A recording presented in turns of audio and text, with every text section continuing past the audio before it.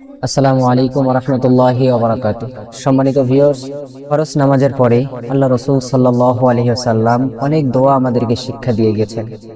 এই দোয়াগুলো আমরা অনেকেই জানি না, অনেকে জানলেও তা আমল করে না। অনেক গুরুত্বপূর্ণ আমল শিক্ষা দিয়ে গিয়েছেন। তার মধ্যে একটি যেমন আল্লাহ রাসূল সাল্লাল্লাহু আলাইহি ওয়াসাল্লাম একদিন তার এক সাহাবী মুয়াজ রাদিয়াল্লাহু তাআলা আনহুকে বলেন, মুয়াজ রাদিয়াল্লাহু তাআলা আনহুর হাতটা রাসূল সাল্লাল্লাহু আলাইহি ওয়াসাল্লাম নিয়ে হাতটা এইভাবে ধরে বলেন, হে মুয়াজ, আমি তোমাকে অনেক ভালোবাসি, অনেক মহব্বত করি।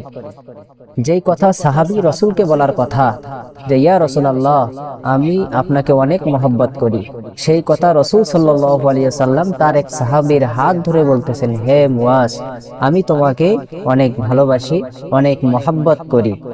আর এই মহব্বতের দাবি নিয়ে আজকে তোমাকে একটি আমল শিক্ষা দেব, যেই আমলটা তুমি জীবনে কখনো ছাড়বে না। আমলটা করবে কখন? 5 ওয়াক্ত নামাজের পরে। এরপরে আল্লাহ রাসূল সাল্লাল্লাহু আলাইহি ওয়াসাল্লাম তাকে শিক্ষা দিলেন।